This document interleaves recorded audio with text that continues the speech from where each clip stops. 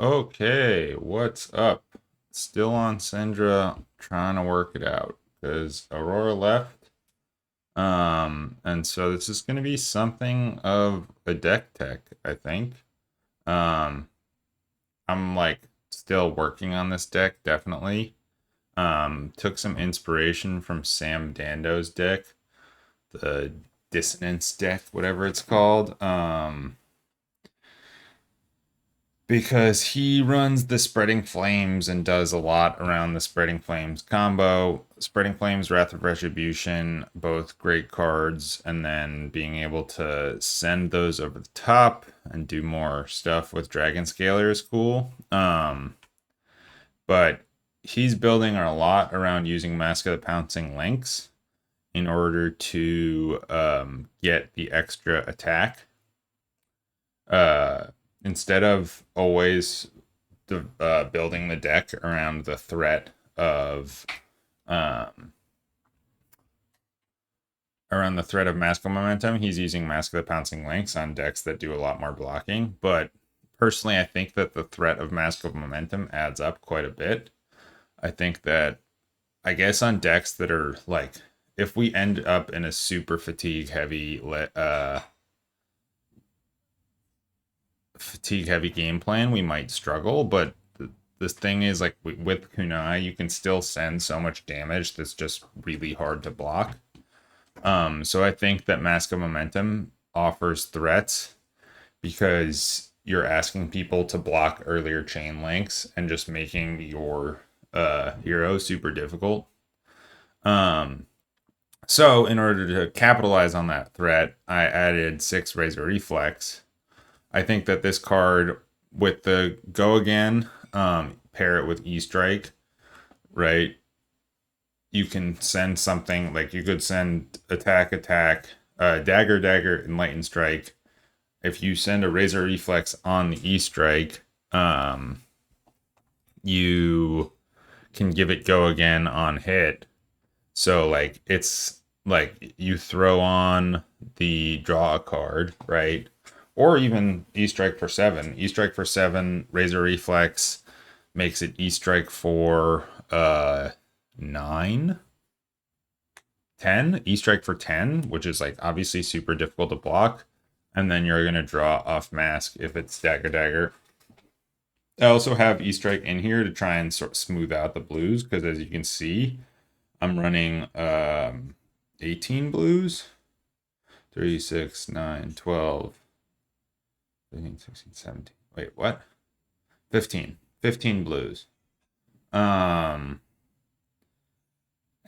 Cut Through is also one of those ones that I was looking for cards that I can send over the top with these all these different things. So things that do 4 and also things that do 4 and don't necessarily have Go Again. I like the idea of actually using that Go Again clause. So I probably should put in another Lava Burst because I don't end up with finishers all that much, but you don't want to draw into your finishers too often. Um, and then Devotion Never Dies. That's a card that Sam Dando said is really dope, and it is like that ability to just push damage and then on your 5th chain link still have an on hit threat. That's not something people want to deal with is a lot. I was running Snatch for that reason because it's like you send the attacks, right? They block your 4th chain link, your 3rd chain link. You flick the 4th chain link. You're like, okay, not hitting Mask anymore. If you still have a card and you can play Snatch on that, and then it's like they still have to block that one, forcing them to just keep blocking, I think is valuable. But the one thing is that Snatch doesn't let you play Ancestral Empowerment. So I wasn't liking it that much. But yeah, this deck has felt pretty darn good. And so yeah, I'm just gonna keep trying to like finesse it. But I think that building around just Mask, like solo Mask, makes a lot of sense. So let's do this first one. Doubled up. Double up. I'll cover up my old head and we'll be all right. Um, yeah, I got rid of my head. I just had it on at the beginning because of my OBS.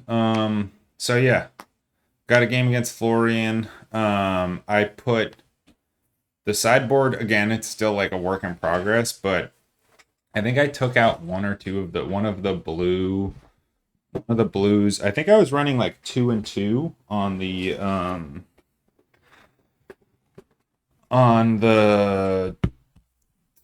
razor reaction, whatever it's called. And so yeah. All right, let's start talking about this. This is a nice hand 0 because I can use kunai, like I can flick one kunai and throw the other, and then get all my kunais back. Also, I have concealed blades, so I could do that, putting something in arsenal. I obviously want to throw the dagger here, because I'd rather put. I mean, I don't know why necessarily. I'd rather put something else into arsenal. I guess because it's a blue. But the thing about the blues in this list, like the reason I want to run this list and build towards this 16, 15 blues list is, um, I think that's one of the things that a lot of the Cindra builds have not been running enough is the blues, because Throw Dagger is just such a good blue. Um,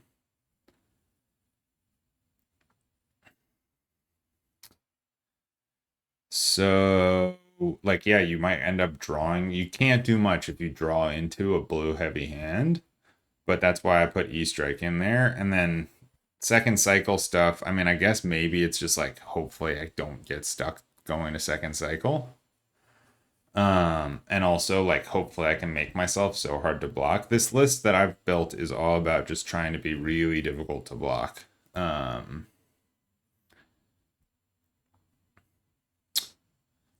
So yeah, just throwing everything, really happy, putting Devotion Never Dies into Arsenal. Not that card has, that card always gets blocked. But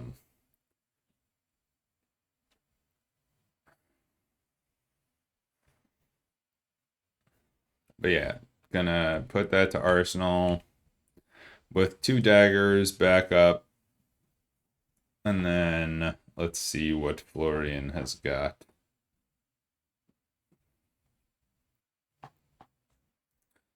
He does a grasp and sends a rune chant and a summer's fall, and I do send me the bill as you do on Cindra.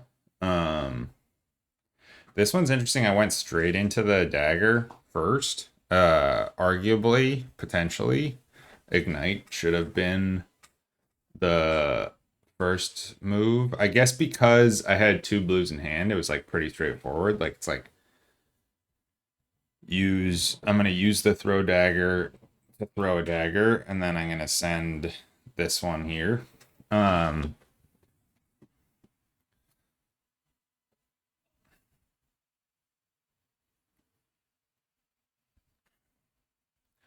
I'm planning to send Ignite first. No, I think that, yeah, well, Ignite there works. I could have also sent the Devotion Never Dies first. Um, I'm kind of working around this Battlefront Bastion, which is a great card against Cindra, because, like, if he keeps blocking out, that just prevents one of my daggers from doing anything. So now I'm like, okay, I'll send enough damage with Devotion Never Dies. Also, that Battlefront Bastion prevents Throw Dagger from working, which is tough.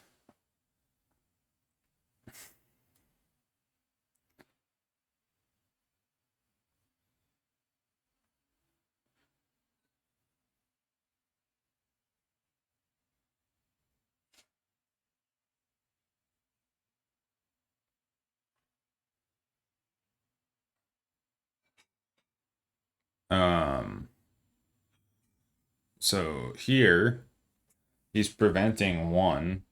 So I'm going to have to flick and then throw dagger.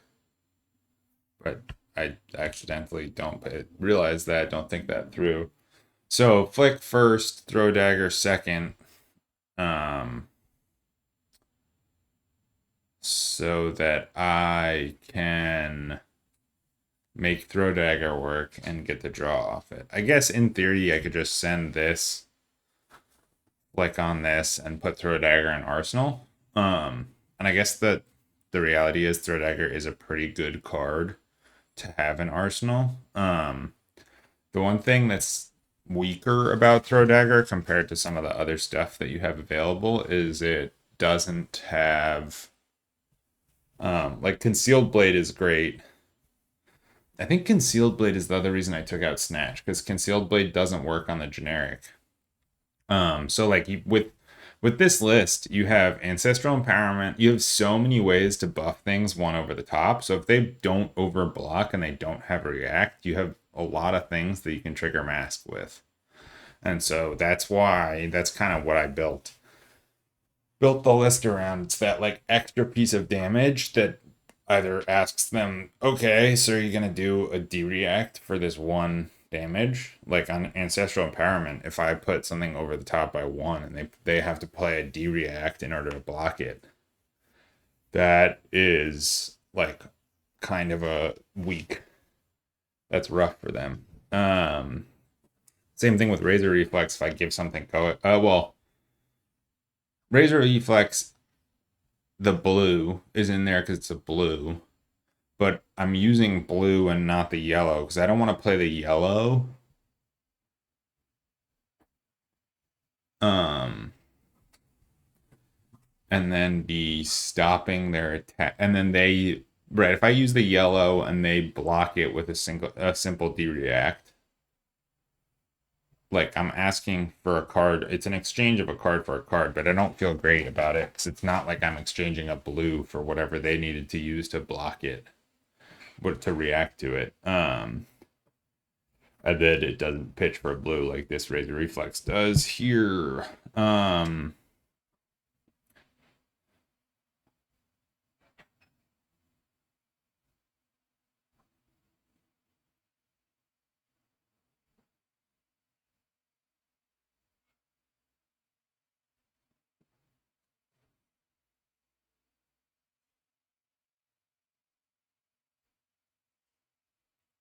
So yeah, spreading flames turn here feels like it should be a really good opportunity to just send massive amount of dagger damage.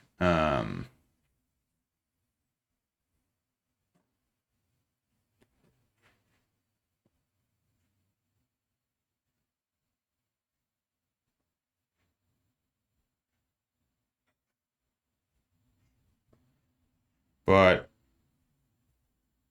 as I'm trying to work towards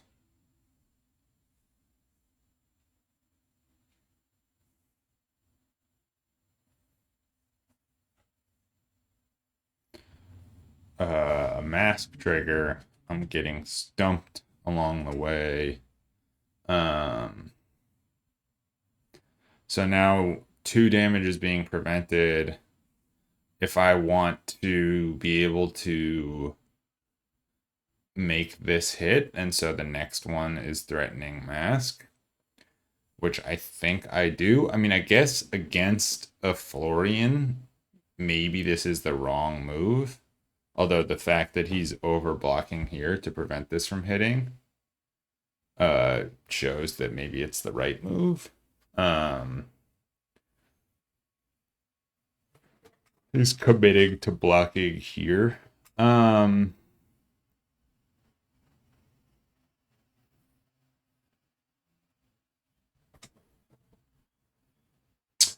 So I needed to use Ancestral Empowerment and Flick Knives to send this over the top in order to keep the mask threat alive because of the well-grounded that he used. I guess the thing that's happening right now is I'm feeling like this is good. I'm just eating up his armor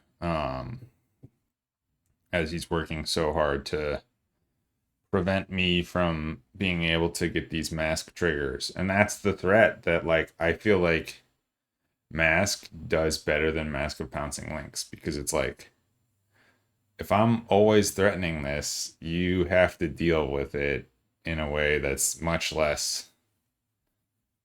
It's like if an assassin had almost always on the table uh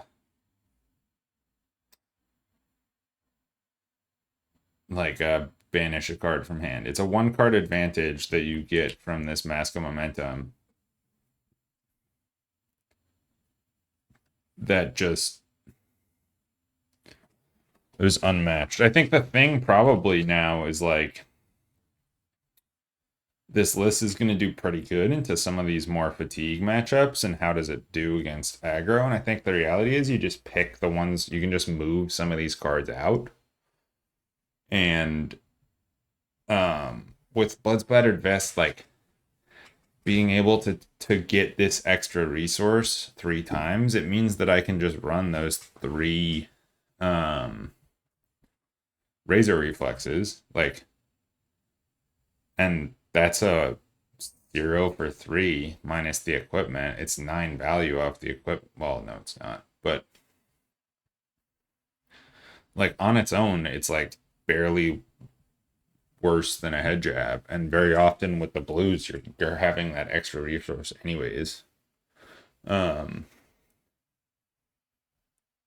That you're threatening. If you get once you get them down to lethal, you got that extra threat as well. So I feel really good about this deck. I think there's refining that needs to happen, but I personally think that the Mask of Momentum is totally the way to build this Cindra. And like, potentially you're gonna stick a Arcanite Skullcap in there in order to deal with the wizards, because I do run a lot of blues, and just not being able to pitch more than once on the current build in order to prevent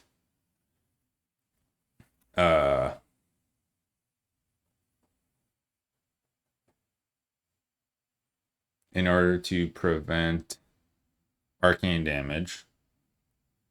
Like, AB1 doesn't feel like quite enough for a wizard, maybe. I mean, I'm not entirely sure on Florian. If this was a Scepter Florian, I might be screwed. Although, yeah, I think that's probably an issue with the way that I ran this build here. I probably should have put the AB1 legs.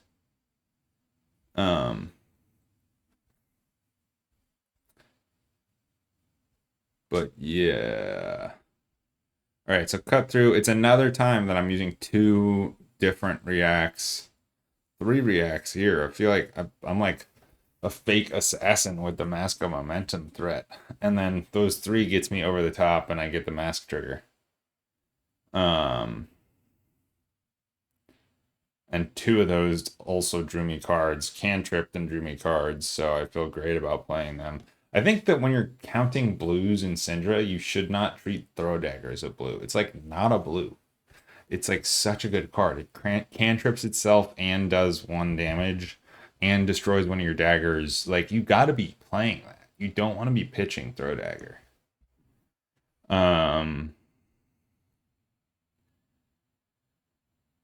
So yeah, I'm doing the Dance of Knives or whatever that card's called here. It's on chains like this where you go, oh man, I wish I had a Mask of Pouncing Lynx, because I'm going so wide, and to be able to send the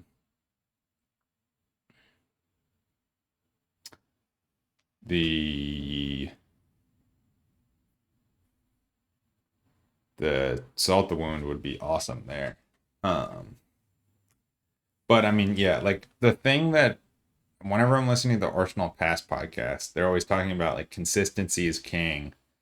And I think that stands, and I think that that's where the mask is the way to go. Because you consistently threaten a bunch. And so probably Mask of Pouncing Lynx is like the old the original Cindra, which was like people didn't know how to block. And so she had a big advantage. If you block out, I guess the threat is there, but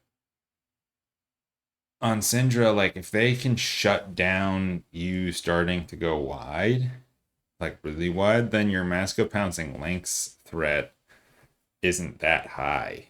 Um,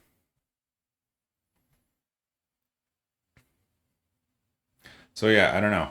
Let me know in comments if you guys think that Mask of Pouncing Lynx is real, or if you think that this Mask of Momentum, like a little bit of extra build to make it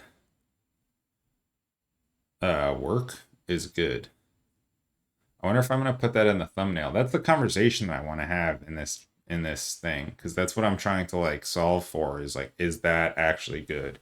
And in my experience, it hasn't been, because the decks that shut down Mask of Momentum kind of shut down Mask of Pouncing Lynx too.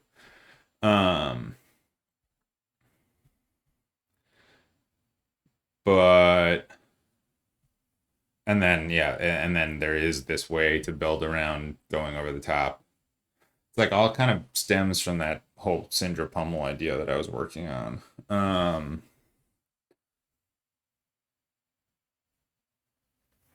This feels bad. Pitching the stab wound here feels bad. I think I actually took out stab wound just after I finished this game, and put in the other one, Knives Out. Because I feel like Knives Out, if you drew into Knives Out and another blue on a Spreading Flames, or a like one of the turns where you want to pop your Dragon Scaler and just go as wide as you can with daggers, Knives Out often will get you 4. Sometimes 5 bonus, 0 for 5. So that feels valuable. Also, Knives Out can deal with a shutdown turn, like if they do um uh around the table. It's not called around the table. The like whatever, one of the things that makes your daggers do one less attack, one less damage, or a shelter, you can still get around it with by playing a Knives Out. Um,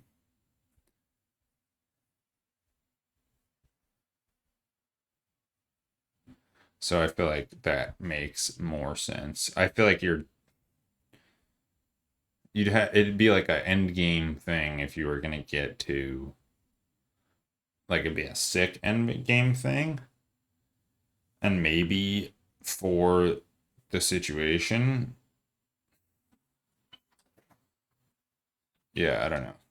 I think that Knives Out is a better one than Stab Wound. Even though I like Stab Wound, I like the art on Stab Wound a lot too.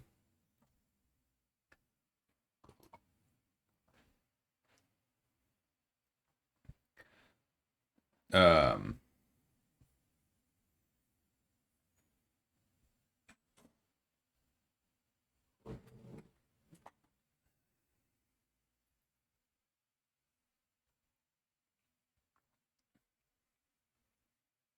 so all right, we're making a bid for lethal here. This is a bricky all red hand. This is why I don't think I have E-Strike in this list, or like in this sideboard. The sideboard piece is still a work in progress. Um, but I think conceptually the list is making me feel pretty happy about this. So I'll do some finessing and try to get it there. But yeah, send the Rising Resentment. I think I want to try to flick and get a Blood Splatter.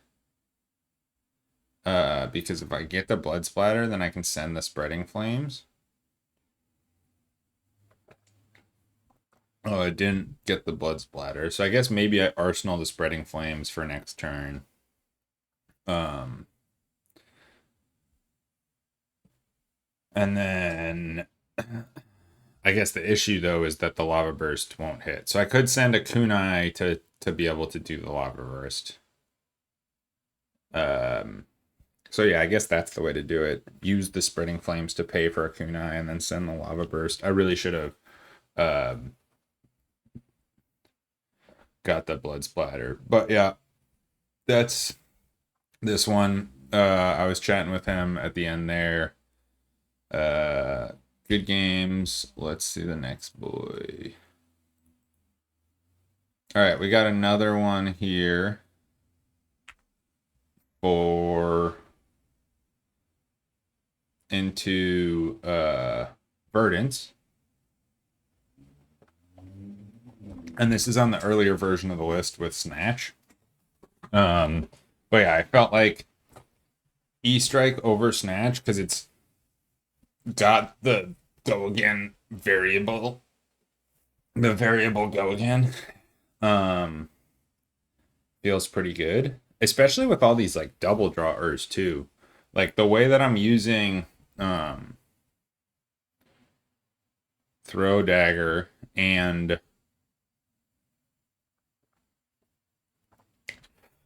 like I'm really happy playing most of these blues. So maybe that's maybe even the E-Strike is unnecessary. But it is a pretty good ender.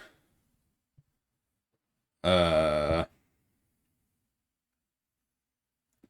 maybe I'll go down. I'm gonna actually go down to 2 E-Strikes. Um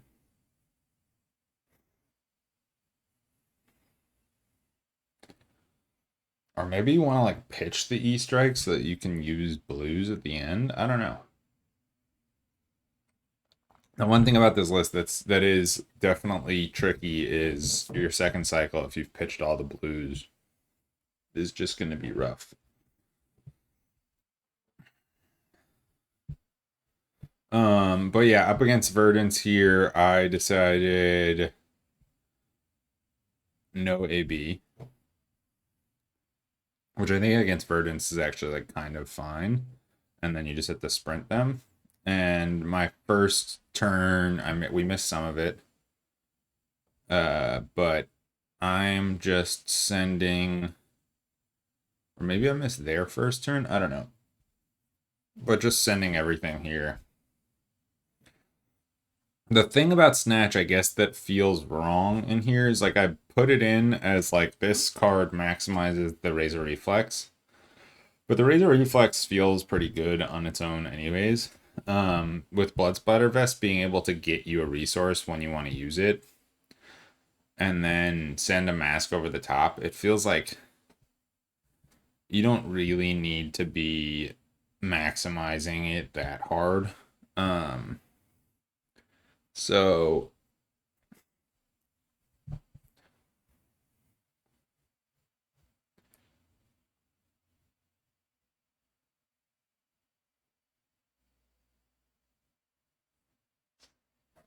I think what I'll do is take out an E-Strike and put in a Rupture card.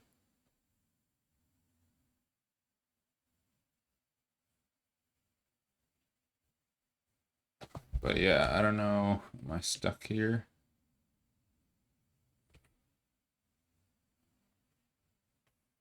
And here's the thing with Ancestral Empowerment. This Ancestral just gets stuck because it's a Snatch. So it doesn't work.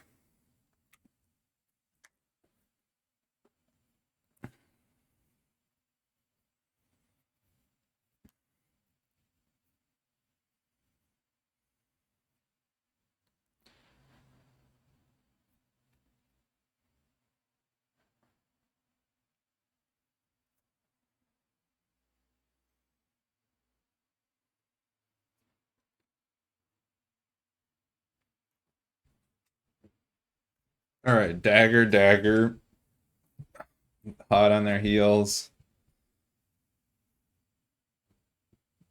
I mean, here's a situation that's fun with this deck because their actual best way to deal with this is to block like that. But on the first chain link, I guess, I don't know. Right? I can't use ancestral empowerment to make these kunais hit. But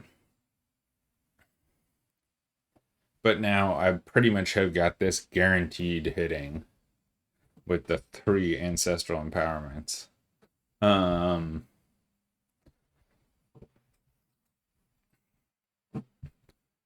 so they could have really bricked me out with a block on the first kunai, but their expectation is that they don't want to block the first one, because then I'll just start the chain after that. They want to block the second one to interrupt a little bit of the chain, and they're hoping that I'm like trying to save my flick for the third one in order to go to 4. So it's tricky. It's like basically the whole time I've been developing this deck, I've been saying to myself, like, Cindra won the first like world tour, right? That was what that was. Whatever the first event that Brody won on Cindra, on the Redline Cindra, it was like that won because it's this deck is mad hard to block with flick knives. This deck is mad hard to block. And so if I can leverage that but change the system such that it's not just reliant on a skill check, it's reliant on like randomness, so me drawing into the right combination of cards, or me drawing into the combination of cards that makes your block not worth your time. Because if you're spending your whole hand to shut down a Cindra getting mask and then they get it anyways, you're like, that's a waste of a whole hand. And flick enables you to cause them to waste their whole hand to try and shut you down.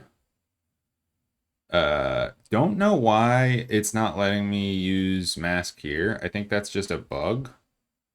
But I think I just said screw it. Sorry, ancestral empowerment.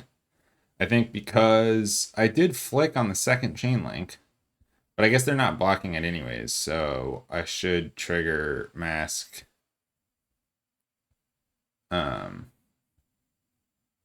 Or not. Oh, because I already triggered mask? I don't know. I don't know what happened. That was weird. But whatever.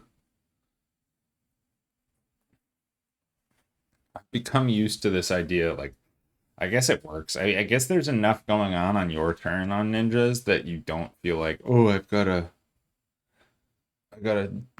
block them. When I was first playing Zen after playing a lot of Warrior, it was like, this deck isn't interactive because you're not blocking. And I guess some of the early Zen stuff is kind of solitary. I do like how much this version of Cindra is sort of a back and forth between me trying to see it's like I'm building around the reaction step more than otherwise you might. And this like go wide thing where it's like I'm gonna try and go certain amounts wide to mess with you. That was the same thing with the dual threat list, which I'd be tempted to try and bring back in. But I think it wouldn't work with all of the reactions. Like I'm running a lot of reactions. It's like reaction Cindra.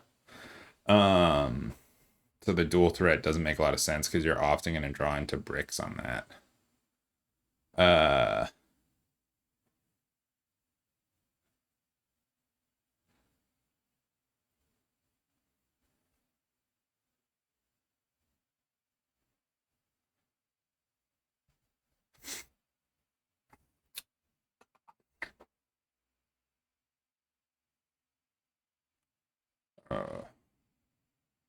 Confused as to where that got a +1 from. Was it a spreading flames? But then why didn't it have it before?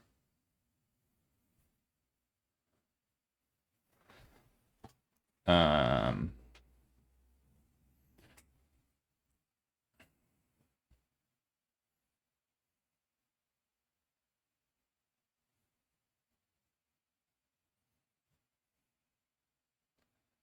that was for mask. Cool. And then I draw into cut through. The thing that's interesting here is I have the resources to play spreading flames and then send this cut through for an extra 1. But I think it's already going to hit for 5 because of the previous spreading flames. No, never mind. I guess I didn't play a spreading flames this turn.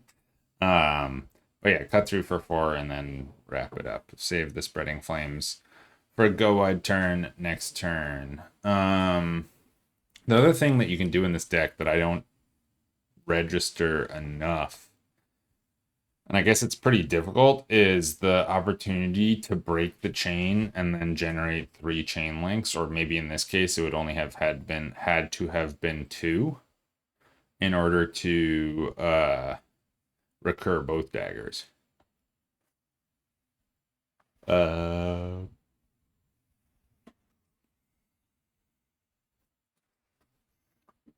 The time that that's useful and actually like really can be done quite often is if they, I guess if they block your first dagger, a lot of times you want to just break the chain, let that dagger go to graveyard, and then do a thing. The only thing is they could then block your second dagger, but they're just being forced to block 2 daggers, 2 1 damage daggers so often that I feel like that's, again, where you're taking advantage of the way that this deck operates. All right, so this should be a Spreading Flames turn. Pretty open and shut here.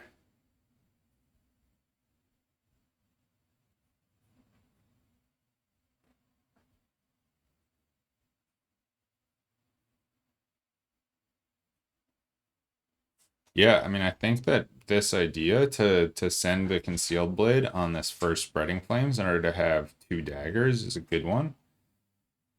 I don't know what I guess the thing is I can send it on the Art of the Dragon Blood, and that would be good because it's helping me proc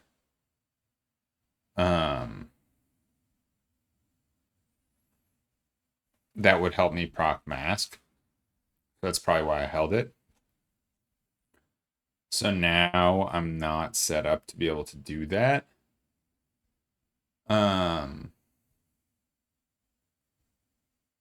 But I can send it here, then send a dagger, then send the snatch, which would do mask, which would be 2 draws, but I could crack Dragon Scaler too.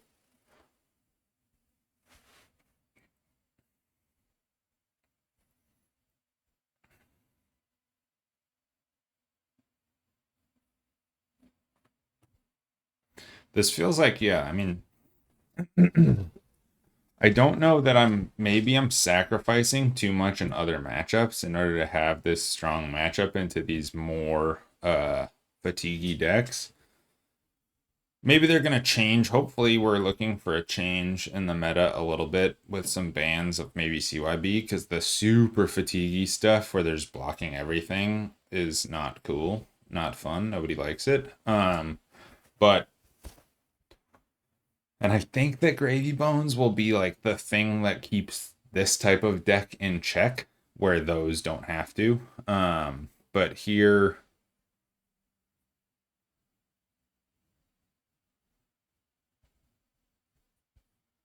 uh,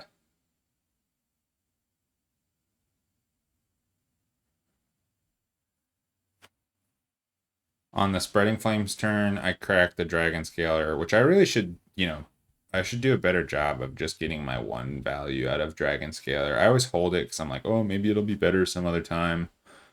But this deck is much more, it's fun how it sort of plays with each card one at a time instead of being able to play like plan your turn on your opponent's turn, but because of that, you can't really plan if the Dragon Scaler makes sense. I guess if you draw into Spreading Flames or one of the cards that's one of those go wide cards, Spreading Flames or Wrath of Retribution, um, it makes sense to use, but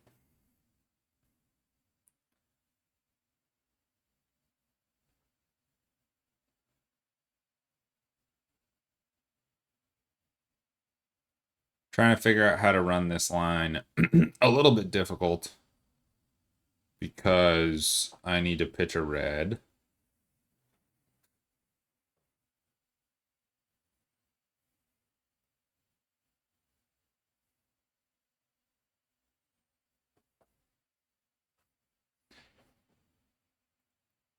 Cracked the Blood Splatter Vest in order to get Devotion Never Dies.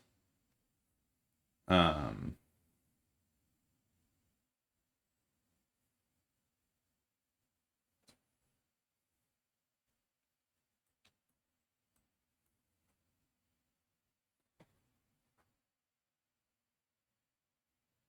and then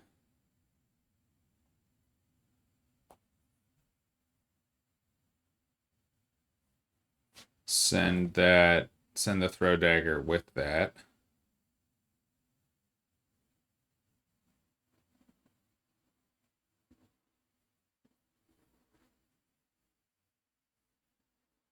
That got through. But now I'm in a bit of a sticky situation. I guess it's not that big of a deal. I just send something for the Devotion.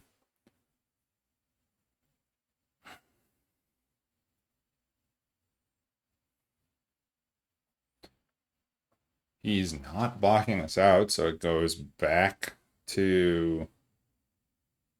Oh no, previous attack wasn't Draconic. Damn! Because I did Devotion Never Dies into Devotion Never Dies, which is why it was tricky to figure out if what that turn order was. But, you know, still obviously a dope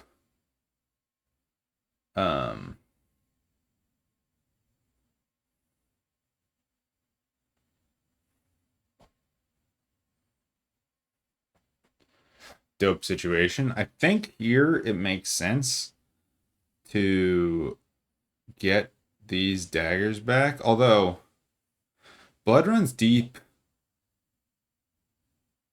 is when this attacks, and I think there's a step where it creates the chain link before it attacks, so I could have done that for free and not wasted, but yeah, it was like pretty much guaranteed. So yeah, that's the list. Let me know what you think. Excited about this list, thinking that it's going to be in a pretty good spot, and it plays pretty. It's a fun list. So, yeah, chat in the comments. Let me know if you think there's a Mask of Pouncing Lynx version of this deck, which makes a lot more sense, or if there's tweaks to this deck, to this list that make sense to you that you think we could make a better one. Because yeah, I think this is going to be a pretty dominant deck coming up. So I'm excited to play it some more. Peace.